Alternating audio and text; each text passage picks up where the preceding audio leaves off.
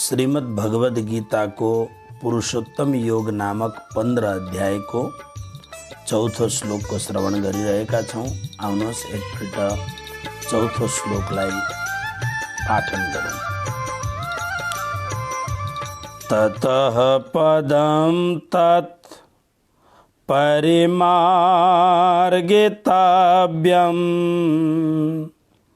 यस्मिन् गता न निवर्तन्ति भूयः तमेव चाद्यं पुरुषं प्रपद्ये यतः प्रवृत्तेः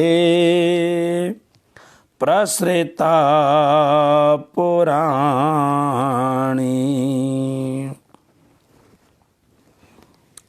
पदच्छेद हिजो भइसकेको छ, तसर्थ आउनुहोस् हिजोको अर्थबाट अगाडि बढौँ।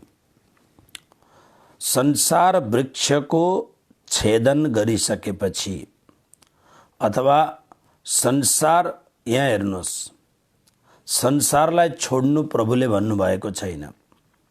कारण संसार छोड्दा छोडिने चिजै होइन। संसारसँग धेरै प्रकारका लेनदेनहरू छन् र गीताका हामीले अनेक श्लोकहरूमा सुनिसकेका छौँ। जबसम्म शरीर रहन्छ तबसम्म कुनै न कुनै प्रकारले संसार अवश्य रहन्छ। तसर्थ संसारलाई छोड्ने कुरो होइन, संसारको आसक्तिलाई छोड्ने कुरो हो। र यो संसार रूपी वृक्षको मूललाई, र मूल दुईटा कुरो भनेको छ। पहिलो श्लोकको मूल परमात्माको लागि भनेको हो। दोस्रो र तेस्रो श्लोकको मूलमा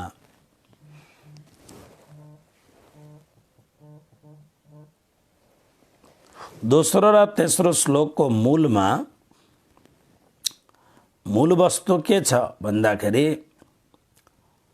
यहाँ मूल शब्दहरू जरुर छन्, तर यी मूल शब्दहरू परमात्मा सम्बन्धित होइनन्। यी जुन प्रकारका वस्तुहरूले संसार बनिन्छ, संसार राम्रो लाग्दछ, त्यो संसारको अनेक प्रकारका आसक्तिहरूलाई मूल भनेको छ। त्यसकारणले संसारका मूलहरूलाई, आसक्तिहरूलाई दृढतापूर्वक शस्त्र के हो त्यो काट्ने, संसार रूपी वृक्षका मूललाई काट्ने शस्त्र के हो त आसक्ति रूपी भन्दा असंग शस्त्रेण। शस्त्रको नाम हो अनासक्ति रूप शस्त्रद्वारा यसलाई काटेर अनि के गर्ने भने त्यसको पश्चात मात्र ततः तत्पश्चात तत्पदम, त्यो जुन परम पद हो, परमात्मा हुनुहुन्छ, उहाँलाई परिमार्गितव्यम खोज्नका लागि अगाडि बढौँ। यस विषयमा हिजो चर्चा भएको छ। यस्मिन् गतः, जुन परम पदलाई प्राप्त गरिसकेपछि ती मनुष्यहरू भूयः, भूय शब्दको अर्थ हुन्छ बारम्बार, न निवर्तन्ति, उनीहरू आउँदैनन्। अब यसमा अलिकति एउटा कुरो सुन्नुहोस्। श्रीकृष्ण प्रणामी धर्मको सिद्धान्तमा परम पदबाट, परमधामबाट यो संसारमा खेल हेर्न आएका कुराहरू हामी जान्दछौँ। र जबसम्म यो खेलको समाप्ति हुँदैन, परमधामबाट परमात्माको कृपा रूपी भावलाई प्राप्त गरेर महापुरुषहरूको यो संसारमा बार बार आउनुहुन्छ। फेरि यहाँ भन्नुहुन्छ आउँदैनन्। मतलब के हो भन्दा मतलब दुईटा कुरो छ। एउटा आउनु हामीले गरिएका कर्मको परवश भएर जबरदस्ती आउनु। हामीले गरेका कर्म छन्, सुकृत गरेको छ अथवा दुष्कृत गरेको छ, राम्रो गरेको छ अथवा नराम्रो गरेको छ, अब सुकृत यानी पुण्य आदि कर्म को फल स्वर्ग हो, सकाम भावले गरिएको पुण्यको फल स्वर्ग आदि लोक हुन्। 9 अध्यायमा श्री कृष्णले भन्नुभएको छ 19-20 श्लोकमा, क्षणे पुण्य मर्त्य लोकम विशन्ति। बार बार जन्मिनु र मर्नु त पर्छै पर्छ। अनि अब यदि पाप कर्म गरेको छ, अशुभ कर्म गरेको छ, दूषित कर्म गरेको छ भने नीच योनिहरूमा अथवा नरक आदि स्थानहरूमा गएर अनि त्यो गरिएका दुष्कर्मको प्राप्त पाप राशिलाई भोगेर अनि पुनः वापस संसारमा आउनु पर्दछ। यानी कुन खालको कर्म गरेको छ। त्यसकारणले गीताको मूल स्वर के हो भन्दा निष्काम कर्म गर्नु। अर्थात् जसरी चना मकैलाई हामी कुनै पनि ठाउँमा फ्याँकिदिउँ, फल्नु नफल्नु आफ्नो कुरो हो, तर उम्रिन्छै उम्रिन्छ। कुनै पनि ठाउँमा फ्याँकिदियो भने यसो छरिदिनुहोस्, कोही बेला त्यसै फ्याँकेको कुरो पनि उम्रिरहेको हुन्छ। तर यदि मकैलाई भुट्यो भने, चनालाई भुट्यो भने फेरि त्यो उम्रिँदैन। कारण भुटिसकेपछि, त्यसलाई भुन्जन गरिसकेपछि त्यसमा भित्र भएको जुन उर्वरा छ, त्यो बीज छ, त्यो नाश हुन्छ।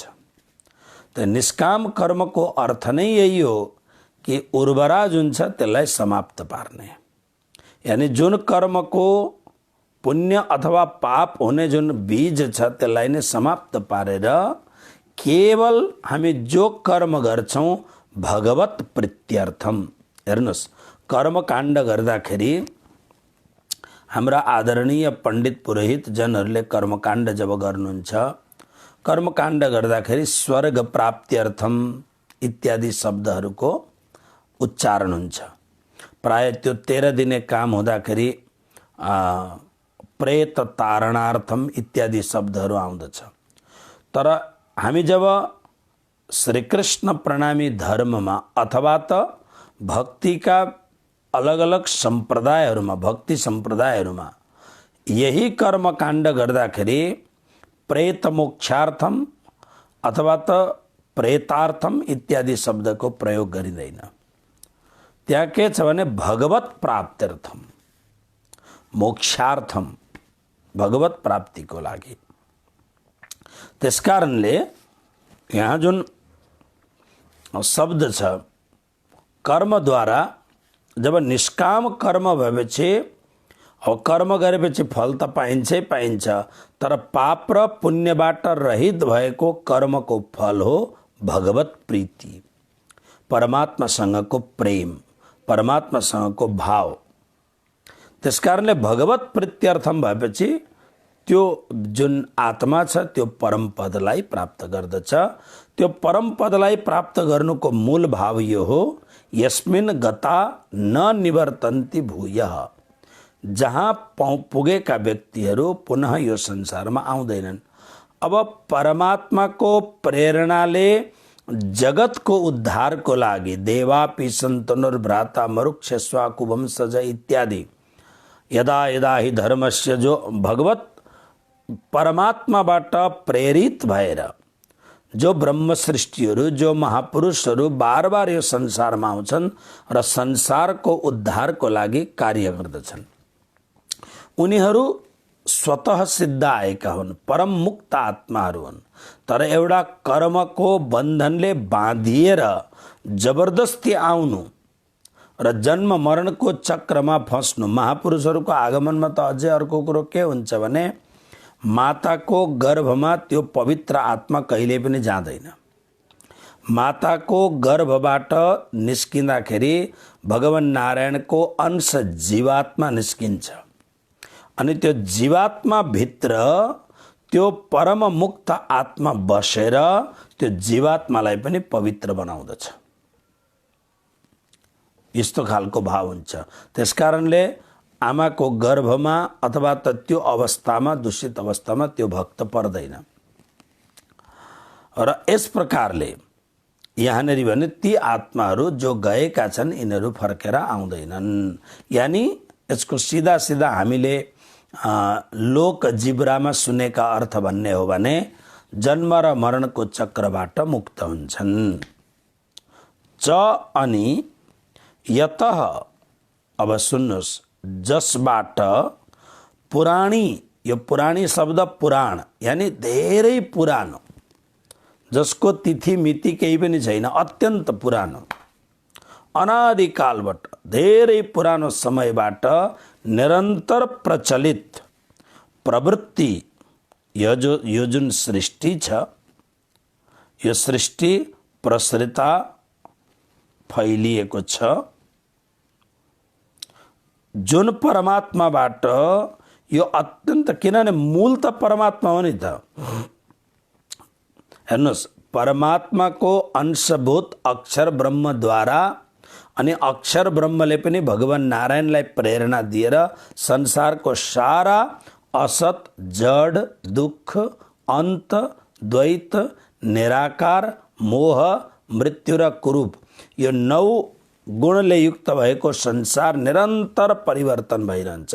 यो अत्यन्त पुरानो हो, यो अतिशय पुरानो हो, त्यसकारणले पुराणी शब्द। कसबाट? मूल प्रेरणा स्रोत त परमात्मा नै हुनुहुन्छ। मूल प्रेरणा स्रोत उहाँकै प्रेरणाबाट चरकर्ती बरभर्ती जरहर्ती च जगत।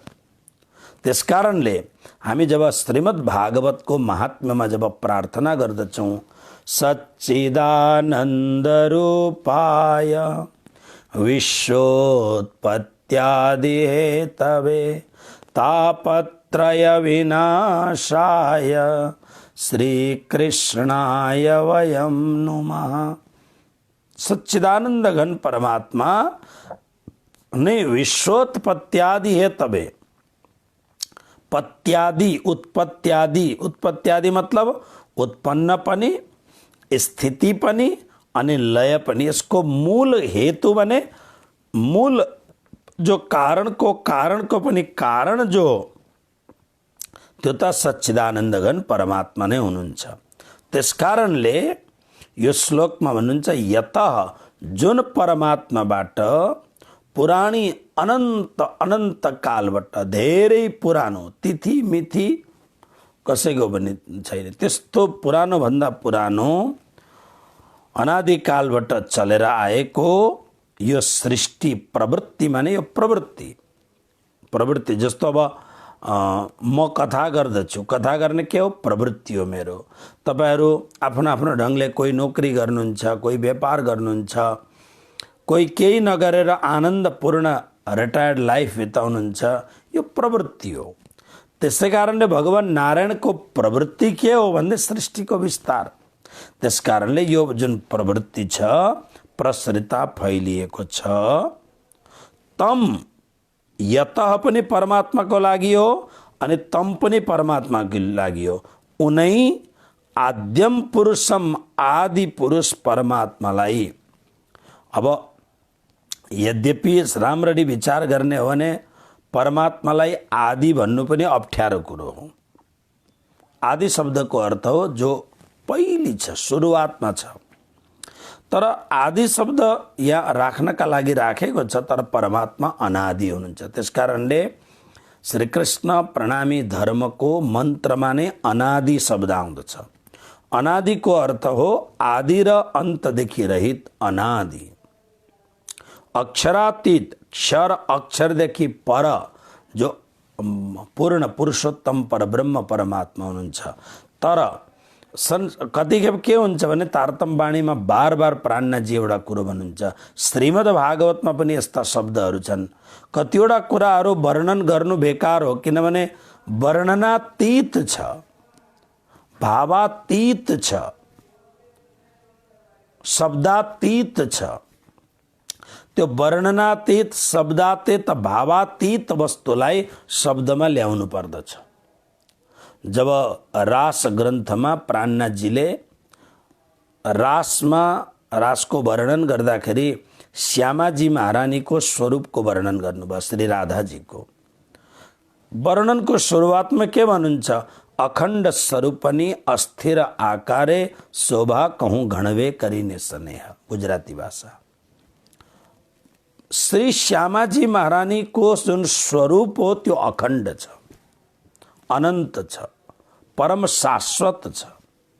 श्यामाजी महारानीको सौन्दर्यको कुनै पनि उदाहरणै छैन, जसको सौन्दर्यलाई देखेर सम्पूर्ण अखिल अनन्त कोटि ब्रह्माण्ड नायक श्री कृष्ण विमोहित हुनुहुन्छ। त्यो परम सौन्दर्यको वर्णन कसरी गर्ने? श्री वृन्दावन धामका हित हरिवंशजी महाराजले भन्नुभयो, कस्तो छ श्री राधाजीको सम्पूर्ण भन्दा उहाँले भन्नुभयो, प्रेमोल्लासैक सीमा, परम रस चमत्कार वैचित्र सीमा, सौन्दर्यसैक सीमा, किमपि नोभयो रूप लावण्य सीमा, लीला माधुर्य सीमा, निज जन परमोद्धार वात्सल्य सीमा, साराधा सौख्य सीमा, जयति रति कला केली माधुर्य सीमा। सीमा मतलब बस यहाँदेखि पर केही पनि छैन। अब श्री प्राणनाथजी के भन्नुहुन्छ भने, श्यामाजी महारानीको स्वरूप अखण्ड छ, वर्णन गर्ने जिब्रो अस्थिर छ। यो संसारको जिब्रो हो, संसारको मुख हो, संसारको एनर्जी हो, तर वर्णन गर्नु पर्यो। किन वर्णन गर्नु पर्यो भन्दाखेरि वर्णन गरेपछि मात्र संसारमा भुलेका बिसरिएका आत्माहरूलाई आफ्नो स्वभाव थाहा हुन्छ। म अखण्ड हुँ, म शाश्वत सनातन हुँ। यदि मैले कुरै गरिनँ भने यिनीहरूलाई थाहा कसरी हुन्छ? कुरा यो शब्दमा आउने कुरै होइन। भगवान आदि शङ्कराचार्यले आत्मा र परमात्माको विषयमा सूत्र लेख्नु भएको छ, अवाङ मनस गोचरम। अवाङ भनेको वाणी, मनस भनेको मनदेखि, मन र वाणीदेखि परको विषय हो। न त मन पुग्न सक्दछ न वाणी पुग्न सक्दछ, त्यो परम धाम हो। त्यस कारणले यद्यपि परमात्मा अनादि हुनुहुन्छ, तर एउटा बताउनको लागि, सम्झाउनको लागि, भाइ यो सम्पूर्ण सत्ताको आदि आदि आदिको पनि आदि चाहिँ परमात्मा नै हुनुहुन्छ है। तर संसारको आदिको वर्णन हुन सक्ला, तर परमात्मासम्म पुगेपछि त्यो वर्णन हुन सक्दैन। त्यस कारणले अनादि। र यो श्लोकमा श्री कृष्ण भन्नुहुन्छ, तम उनै आद्यम पुरुषम, आदि पुरुष परमात्मा एव नै, परमात्माकै नै प्रपद्ये म शरण जान्छु। यस्तो सङ्कल्प गर्ने। फेरि एकपल्ट यसलाई सरसर्ती एकपल्ट हेरौँ। बडो महत्त्वपूर्ण श्लोक छ। हिजोको प्रवचनलाई फेरि एकपल्ट हजुरहरूले दोहोऱ्याएर सुन्नुहोला। म तपाईँहरूको समय पुनः त्यसलाई भनेर समयलाई धेरै खेर हाल्दिनँ। माया रूपी, संसार रूपी आसक्तिको मूललाई काटेर मात्र अनि आत्मा र परमात्मालाई खोज्नका लागि अगाडि बढ्ने, जसलाई तारतम वाणीमा किरन्तनको पहिलो प्रकरणमा प्राणनाथजीले भन्नुभयो, पहले आप पहिचानो रे साधो, पहले आप पहिचानो, बिना आप चिन्हे पार ब्रह्म को कौन कहे मैं जान्यो, पीछे ढूंढो घर अपनो, कौन ठौर ठहरानो, जब लग घर पावत नहीं अपनो, तब भटकत फिरत भर मानो, या के आस पास अटकाव नहीं, तुम जाग के संशय भानो, इत्यादि। यानी पहिलो आफ्नो पहिचान। आफ्नो पहिचानको अर्थ यो हो कि म तयार छु कि छुइनँ यसका लागि अगाडि बढ्नका लागि। पहिले आफूलाई सक्षम बनाउनु पर्यो, आफूलाई तयार गर्नु पर्यो। हेर्नुहोस्, हरेक चिजमा यो संसारभरि क्रिकेट खेल्न जाने मान्छेहरू जो हुन्छन्, क्रिकेटरहरू, पहिले कति अभ्यास गर्दछन् अनि वहाँ पुगेर पनि उनीहरू बिहान अभ्यास गर्दछन्।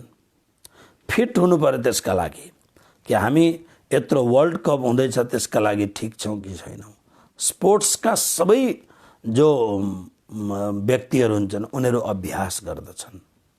त्यस्तै परीक्षा दिनु भन्दा विद्यार्थीहरू रिभिजन गर्दछन् पढेको कुरोलाई कि म परीक्षा दिन सक्षम छु कि छुइनँ। त्यसरी नै हामी सबैलाई परमात्मा चाहिएको छ, हामी सबैलाई सुख चाहिएको छ, हामी सबैलाई शाश्वत शान्ति चाहिएको छ। असतोमा सद्गमय तमसोमा ज्योतिर्गमय मृत्योर्मा अमृतम गमय प्रत्येक व्यक्तिका जिब्रा जिब्रामा हुन्छ। अनेक प्रकारका हिन्दू संगठनहरू छन् जहाँ यो सुरुवातमै सिकाइन्छ तमसोमा ज्योतिर्गमय। तर त्यसको अर्थ के हो? तमस कहाँसम्म छ र तमसबाट पर जुन ज्योति हो त्यो के हो? मृत्योरमा अमृतम गमय, मृत्यु त कहाँसम्म मृत्यु छ, मृत्युको आवरण कहाँसम्म छ, त्यसदेखि पर अमृत तत्त्वको अनि सुरुवात हुन्छ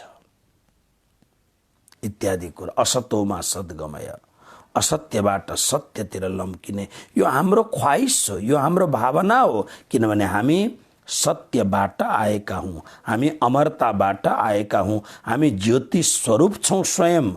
तर डिस्कभर गर्ने जरुरत छ, त्यो पर्दालाई हटाउने जरुरत छ। तसर्थ पहिलो शर्त यो हो कि पहिले ती आसक्तिका मूलहरूलाई काटेर अथवा आसक्तिको परित्याग गरेर अनि कृष्णलाई खोज्नका लागि अगाडि बढ्ने। अब यसमा एउटा कुरो छ, कुरो त एकदम ठिक छ तर हुँदैन नि त भन्दा म तपाईहरुलाई एउटा साधारण कुरो बताउँछु, एकदम तपाईहरुलाई जान्नु भएको कुरो। हेर्नुस्, एउटा आसक्ति बढेपछि अर्को आसक्तिमा आसक्ति न्यून हुन जान्छ, थोरै हुन जान्छ। त्यसकारणले के गर्नु पर्यो भन्दा संसारपट्टिको जुन घोर आसक्ति छ, के घोर आसक्ति, हिजो मैले तीनवटा नाम लिएको छु। पुत्रैषणा सन्तान प्रतिको अतिशय घोर आसक्ति, वित्तैषणा सम्पत्ति प्रति भिन्न भिन्न थरी थरीका सम्पत्ति प्रतिको घोर आसक्ति, लोकैषणा मान मर्यादा प्रतिको अत्यन्त घोर आसक्ति। मैले यत्रो गर्दाखेरि पनि मलाई मेरो पुछ किन हुँदैन? कतिजना मान्छेलाई के हुन्छ, मलाई सोधिरहन् तपाईँ त बहुत राम्रो, तपाईँ त, यी सब जुन तृष्णाहरू छन् यी तृष्णालाई परित्याग अब गर्ने कसरी? कति सत्संग गर्यो, गुरुको शरणमा बस्यो, शास्त्र पढ्यो, तैपनि आएर फेरि भित्र त्यो कालो नागले फुङ्कारा मारिहाल्छ। के गर्ने त भन्दा यसको लागि सबैभन्दा सरल उपाय छ, कृष्णसँगको आसक्ति बढाउने। यदि साँच्चैले कृष्णसँगको आसक्ति बढ्यो भने संसारको आसक्ति आपसे आप कम हुन्छ। कसरी? तपाईहरुले जानेको कुरो छ, सूत्र। तपाईहरुले एउटा छोरी पाउनु भयो, हो कि? छोरी पाउँदाखेरि बडा घरमा खुसियाली छ। हाम्रो घरमा त लक्ष्मीको पदार्पण भयो। सानो अवस्थादेखि छोरीको तपाईहरु पालन पोषण गर्नुहुन्छ। छोरीको बहुत राम्रो, बहुत कम समाज यस्तो छ जसले छोरीको अपमान गर्दैन। नभए छोरा होस् अथवा छोरी होस्, त्यसमा पनि पिताको भूमिका अत्यन्त धेरै हुन्छ, छोरीप्रति अत्यन्त भाव हुन्छ र त्यो छोरीलाई पालन पोषण कुनै चिजको कमी हुँदैन। उसलाई एकदमै राम्रो गरी पालन पोषण गर्दै गर्दै गर्दै छोरी 20, 21, 22 वर्षकी भएपछि आमा बाउलाई चिन्ता हुन्छ अनि योग्य व्यक्ति खोजेर अनि छोरीलाई डोलीमा बसाएर बिदा गरिन्छ। अब त्यो मैले धेरैवटा विवाहमा आशीर्वाद दिनका लागि म जान्थेँ। अब त बहुत कम्ती गरेँ, नभए अहिले पनि बहुत योग्य ठाउँमा बोलाएपछि मात्र जान्छु, नभएदेखि बिहा गरेर आओ यहाँ आशीर्वाद दिन्छु भन्छु। त्यहाँ म देख्दछु त्यो जब डोली उठ्ने बेला हुन्छ, सबै काम सकेर अनि अब बिदाई दिने बेलामा थाहा छ एउटै सहरमा बस्नेवाली छन् छोरी, धेरै टाढा जानेवाली छैनन्, तर पनि त्यो जुन वियोगको क्षण हुन्छ, मलाई लाग्दछ सायद गृहस्थीहरूको भित्रबाट मानव प्राण निस्केला जस्तो गरेर घात गरेर जुन बाउ, जुन पुरुष हिमालय जस्तो भएर जीवनभरि अनन्त अनन्त दुःखका घुँट पिएर आँखामा अलिकति पनि आँसु नल्याइकन रुनु पर्यो भने पनि बाथरुममा गएर रोएर, दिदीबहिनीहरूको त यहाँ पानी ट्याङ्की नै हुन्छ, सट्टै आँसु निस्किहाल्छ, पुरुष रुँदैन। तर छोरीलाई बिदाई गर्दाखेरि त्यो पुरुष जसका आँखामा कहिल्यै पनि आँसु हुँदैन, त्यो भक्कानो छोडेर त्यो पुरुष रुन्छ आफ्नी छोरीको विदाई गर्दाखेरि। हेर्नुहोस्, छोरी पनि बहुत रुन्छन्। जहाँ उनी जन्मिन्, जुन आमा बाउसँग, दाजु भाइ दिदी बहिनीहरूसँग यति धेरै सम्बन्ध छ, त्यो घर छोडेर जानु एउटा धेरै दुःखको कुरो हो। तर ससुराल गइसकेपछि ससुरालमा पतिले खूब प्रेम गरे, सासू ससुराले राम्रो गरे, घरका अन्य परिवारहरू पनि राम्रा छन्, हुँदाहुँदै घरमा एउटा भाव बढ्दा बढ्दै अब सुरुवातको एकाध वर्षसम्म आउने जाने लागिरहन्छ। तर अलिक पछि आमाले नानी 2-4 दिन बस्न आइज न यहाँ भन्दाखेरि आमा मलाई फुर्सद छैन, आइहाल्यो भने पनि सुइँ आयो, एकाध दिन बस्यो त बस्यो, नै मैले जानु पर्दछ, मेरो उता बित्त छ। अब हेर्नुहोस्, अघि विदाई हुँदाखेरि भक्कानो छोडेर छोरी पनि रुने, बाउ पनि रुने, आमा पनि रुने, साथीहरू पनि रुने, नयाँ घरमा जाँदैछन्। तर अब त्यही छोरीलाई यो घर पराय हुन्छ, यी व्यक्तिहरू पराय हुन्छन्। त्यो नचिनेको मान्छे, गोत्र नमिलेको मान्छेसँग गोत्र सम्बन्ध जोडेपछि ऊ आफ्नो हुन्छ। अनि बिस्तारो हुँदै छोरीको लागि त्यही नै मुख्य आकर्षणको केन्द्र हुन्छ। त्यसमा पनि जब सन्तान हुन थालेपछि त छोरीको अतिशय आकर्षण ससुरालमा हुन्छ। हेर्नुहोस्, जब ससुरालमा गएपछि संसारमा कतिवटा यस्ता सम्बन्धहरू छन् जो छोरी घरबाट विदाई लिएर ससुरालमा गएपछि छोरीहरू ससुरालमा अट्याचमेन्ट नभएको, घरमा अलिकति तर धेरै कम्ती हुन्छ। तर यो रूपमा दुईटा कुरो हुन्छ, या त ससुरालवालाहरूको स्वभाव ठिक हुँदैन, अथवा त आमाले बार छोरीलाई फोन गरेर अनि छोरीको घर बिगार्ने ठुलो काम आमाले गरिरहेको हुन्छ, साथीहरूले गरिरहेको हुन्छ। नभएदेखि बिस्तारो त्यो विवाह गरेर गएको घरमा रूपान्तरित हुँदै जान्छन् उनी। उनको गोत्र मात्र बदलिँदैन, पुरै आस्था भित्रबाट नै सबै कुरो बदलिँदै जान्छ।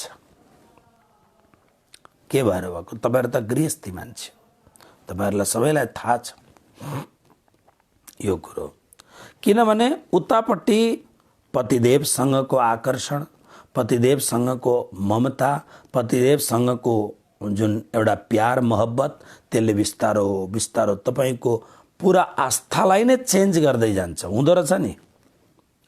यसको अर्थ आमा बाउसँग विरोध हुँदैन, आमा बाउसँग प्रेम जरुर छ। कोही कोही बेला त आमा बाउलाई ईर्ष्या हुन्छ ससुरालले दिएको प्रेम देखेर, हाम्रो घरमा आउँदैन भन्ने कम्प्लेनहरु सुरु हुन्छ। त्यसरी नै यदि हाम्रो आसक्ति कृष्णसँग बढ्न थाल्यो भने निश्चित रूपमा श्री कृष्णसँग बढेको आसक्तिले, हेर्नुहोस् हामी घण्टी बजाएर पूजा त गर्दछौं, राम्रा कपडा चढाउँदछौं, मिठो कुरो भगवानलाई खान दिन्छौं, तर आसक्ति जोडिँदैन। आसक्ति चाहिँ संसारसँगै जोडिरहेको हुन्छ, आसक्ति पैसासँगै जोडिरहेको हुन्छ, आसक्ति शरीरसँगै जोडिरहेको हुन्छ। आसक्ति जोड्नु पर्दछ, घण्टी बजाएर हुँदैन, प्रेम जोड्नु पर्दछ। जब प्रेम हुन थालेपछि तपाई आफै कल्पना गर्नुहोस्, त्यो अत्यन्त त्याग्नका लागि दुर्लभ घरलाई बाँसुरीको एउटा आवाजले गोपीहरूले भवसागर तरे झैं गोपद बच्छ संसार, गाईको बाछाको खुरले बनिएको सानो खाल्टोमा अलिकति पानी जसरी नाग्नका लागि, त्यसलाई उल्लङ्घन गर्नका लागि कोही तकलिफ हुँदैन, त्यसरी गोपीहरूले त्यो अत्यन्त दुष्कर घर परिवार प्रतिको मोह ममतालाई त्यागिदिए। किन त्यागे भन्दा कृष्णसँगको अतिशय आसक्तिले गर्दा। गोपी गीत पढ्नुहोस्। जयति तेधिकम जन्मना ब्रजश्रयत इन्दिरा ससु, यसमा एक शब्द छन्। त्यसकारणले चौथो श्लोकमा श्री कृष्ण भन्नुहुन्छ, संसारको आसक्तिको परित्याग गरेर मात्र मलाई खोज्न निस्क, तर यहाँ बीचमा अप्ठ्यारो यही छ, त्यो आसक्ति काट्नै सकिँदैन, मेट्नै सक्दैन। शब्द बोल्नु अलग कुरो हो, प्रवचन गर्नु अलग कुरो हो, तर आसक्ति काटिनु अलग कुरो हो। त्यसका लागि सजिलो उपाय हो हामी विवेकी भएर निश्चित रूपमा बार बार आफूलाई ट्रेनिङ दिने, बार बार आफ्नो अनुभवलाई ट्रेन्ड गर्ने कि यो संसार, यी संसारका सबै सम्बन्धहरू, यो संसारको सबै सम्पदाहरू, यो सब राम छाया मात्रै हो, घाम छाया मात्रै हो। एक दिन सबै कुरो त्याग्नु पर्दछ। जो त्याग्न नसकिने कुरो एउटै मात्र हो, त्यो हो परमात्मासँगको प्रेम। वो आज पनि छ, भोलि पनि छ। त्यसकारणले म गुजरातीमा एउटा भजन प्राय भागवतमा गाउँदछु।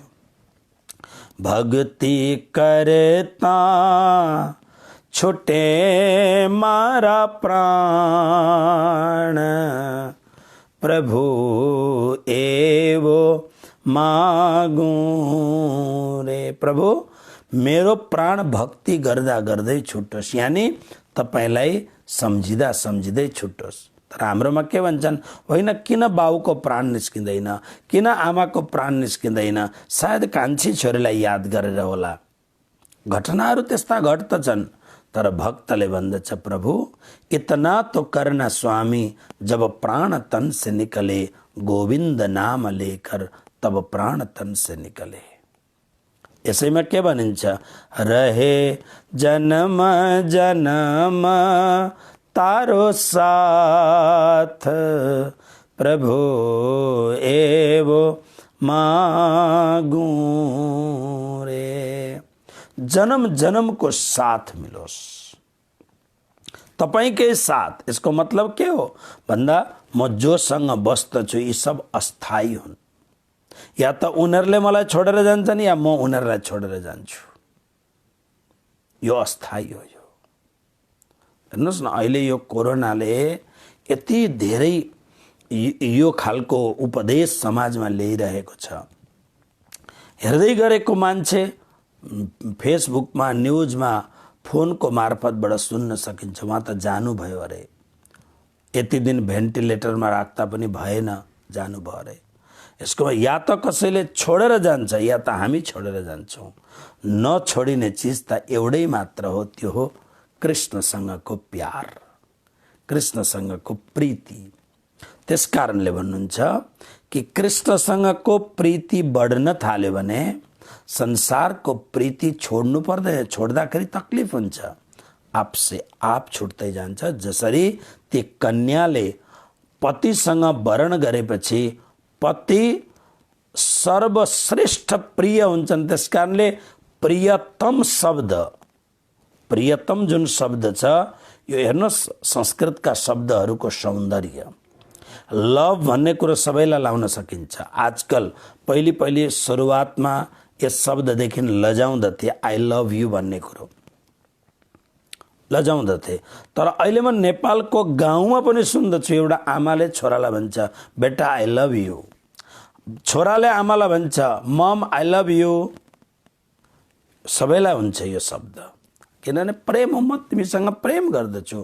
तर प्रियतम शब्द र प्रियतमा शब्द यो मात्र दुईटा चिजमा मात्रै प्रयोग हुन्छ, अरू कहीँ पनि प्रयोग हुँदैन।